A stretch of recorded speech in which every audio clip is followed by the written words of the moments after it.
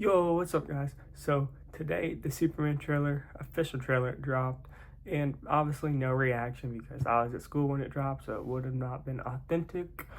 But we're gonna break it down, and we're actually gonna take this chance to break down all the trailers and footage that we've seen of this movie so far, because we couldn't make breakdowns for the teaser trailer or the clips that came out just because I was busy at those times. But today we'll break it down just like we did with the Fantastic Four. We're gonna break down all the footage we've seen so far. So yeah, it might be a little bit of a long one, so let's get into it. So we're gonna start with the teaser trailer.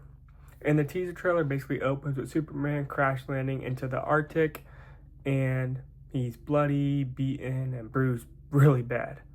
The trailers actually give us a lot of options of who it could have been that did this to him, but we'll probably get more into this a little bit later on.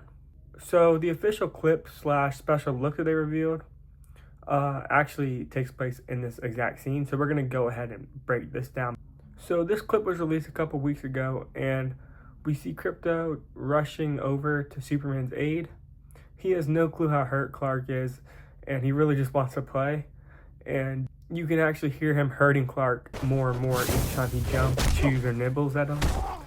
So eventually Krypto brings him to the doors of the Fortress of Solitude, where he barks to be let in, but this will come back into play later.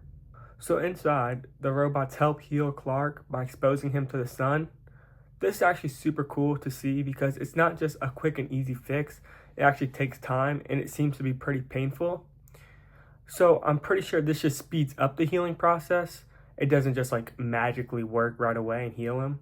So that's actually pretty cool because it makes him a little bit less overpowered, right? Because in the future, if he's fighting at all and he's exposed to sunlight, he's going to be pretty much invincible. And he's already invincible, but you know what I mean. He should be able to still feel pain.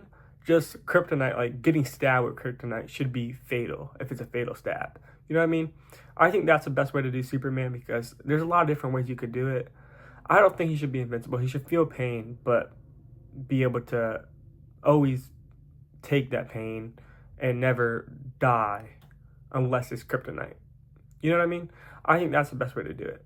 And then magic, of course. But back to the point. This is also very interesting because if you notice how polite Clark is to those robots, it just gets me at least even more excited to see how he's going to react to actual humans and actual living creatures. Hey, Colonel,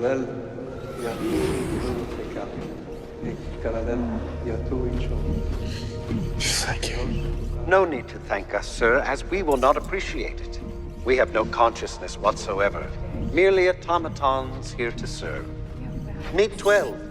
She's new. He looked at me.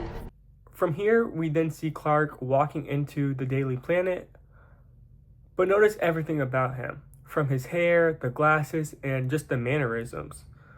You can see and understand how people will not be able to connect the dots to him being Superman just because they look so different. I think that's very cool to see. Inside the Daily Planet, we see Lois Lane, Jimmy Olsen, Steve Lombard, Cat Grant, and then Perry White. And notice how Clark and Lois give each other a little look. I think at this time they're probably already dating, and she probably already knows his secret, but I think they're just keeping it undercover and keeping it just between them and no one else. From here, we see a boy who calls out Superman's name and raises up a flag with his logo on it. This is part of a subplot where there's actually going to be a war in a country called Bavaria. And there's actually a mystery character in this movie called the Hammer of Baravia.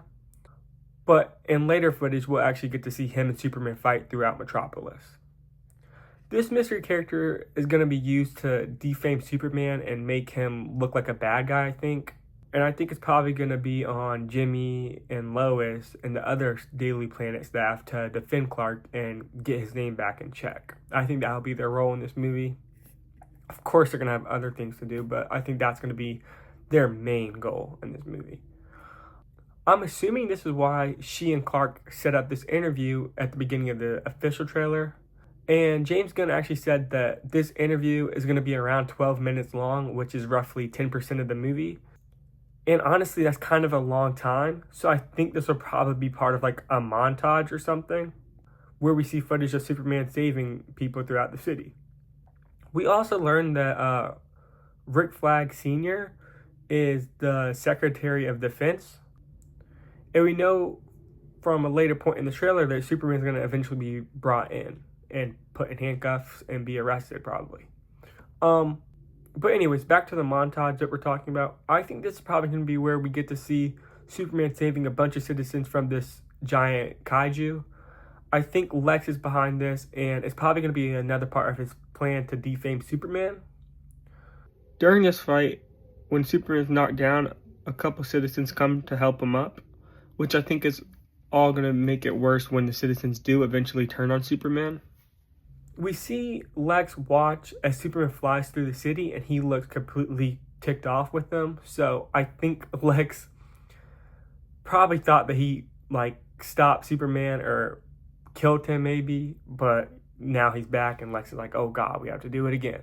And one of the more interesting things is he's actually watching this from his building, and it's called Luthor Corp instead of LexCorp.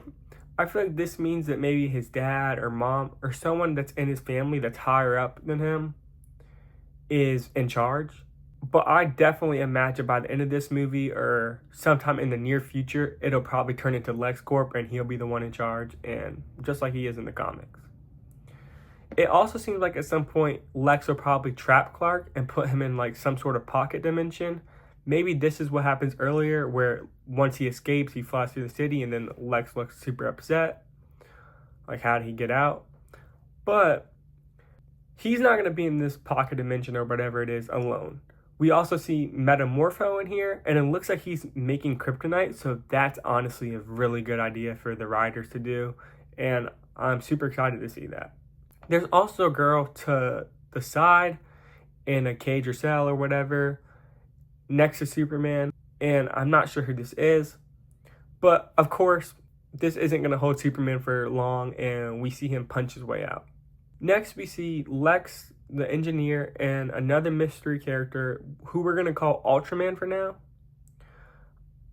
and they're making their way through the Fortress of Solitude, basically just trying to learn more about Superman and probably destroy him and make him upset.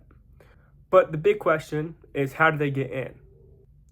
So Ultraman is actually a Superman variant from Earth 2, I think. But obviously I don't think they're going to be doing that in this movie. I think he's just going to be a clone of Superman. So I think Lex might be sending these kaijus or things after Superman to just try getting blood and getting samples of him and learn more about him. Maybe that's why he's in here. And I think that's how he made Ultraman and made a clone of Superman. But I think Ultraman is the main villain of this movie, and I think he's going to eventually become Bizarro. Lex and his group destroy the fortress, and Superman comes back to find all the destroyed robots and everything destroyed around the Fortress of Solitude. I think he looks so hurt here because these robots are probably the last connections he had to his Kryptonian parents, and that's obviously going to be very tough for Clark to go through. But let's go back to the public turning on Superman. We see Clark walking inside Stag Industries, and he's being booed by the crowd.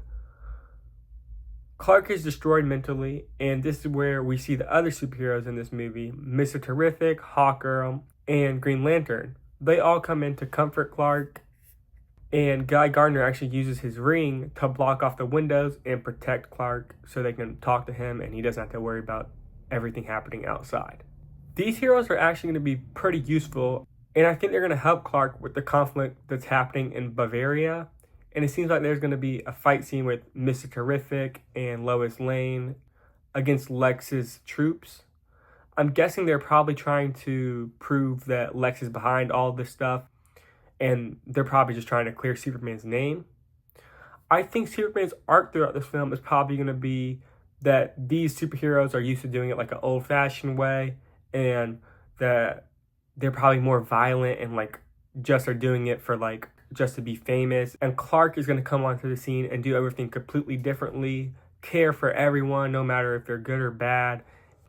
I think Clark's going to be looked at in a weird way because of this, but I think ultimately Clark is going to stand up for what he believes in and probably motivate a lot of these heroes to act the same way he does and be heroes for the right reasons and not hurt people, not kill people.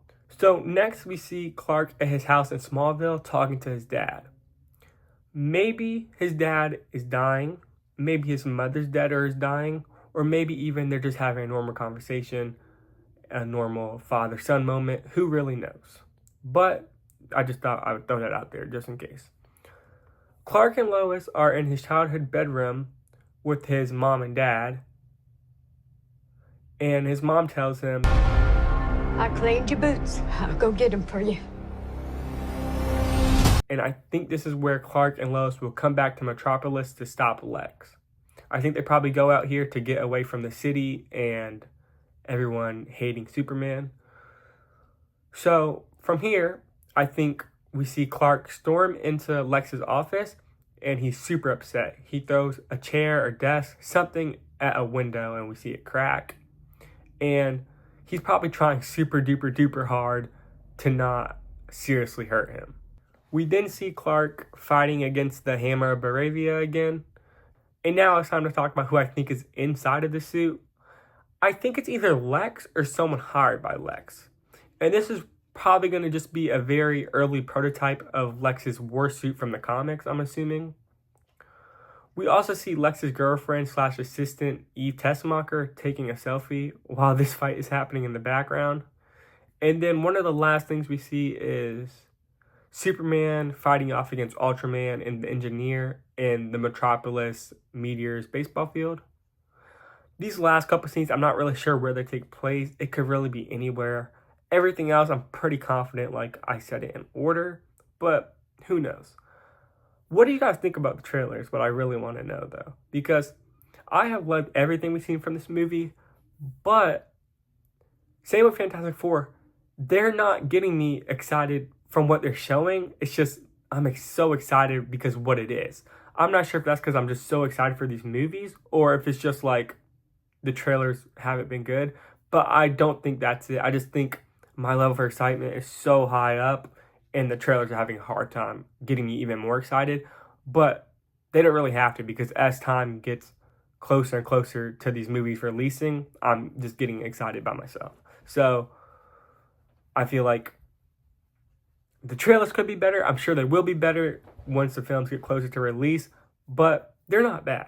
I don't want to say that as a negative at all, but yeah, I really love what these trailers have hinted at and are showing. Definitely a new look for Superman, and I think it's much needed. The suit is perfect. One more scene. The scene where Clark and Lois are flying up in the sky. I think that's probably toward the end of the movie because it just seems like a happy, high note final scene. And I would not hate that at all. Another thing is the little green background from even the first reveal. When we first saw his suit, everybody's freaking out. What's that green and purple thing in the background? I have no idea. I still have no idea. They've shown it in every single trailer. And that was the first reveal. I have no idea. Somebody please tell me what they think that is because I don't know. And I think the green thing is maybe Guy Gardner fighting off against whatever the purple thing is. What's the purple or pink thing? I have no idea. But yeah. With that being said, thank you guys so much for watching this video, and peace out.